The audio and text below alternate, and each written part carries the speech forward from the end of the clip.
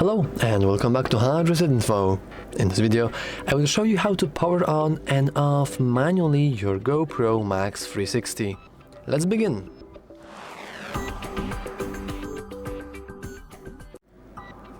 Now, technically you could do this via application, but your phone nor the application isn't always available.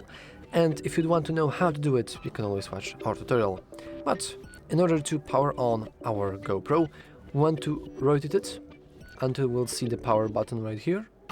And you want to simply press and hold it for a couple of seconds until we hear this sound, which means that our GoPro is enabled. And as you can see, we have it enabled. The only reason I don't see anything is because I do have protective plastic or whatever protective material on my camera lenses. And the same thing you can do to power it off, just press and hold it.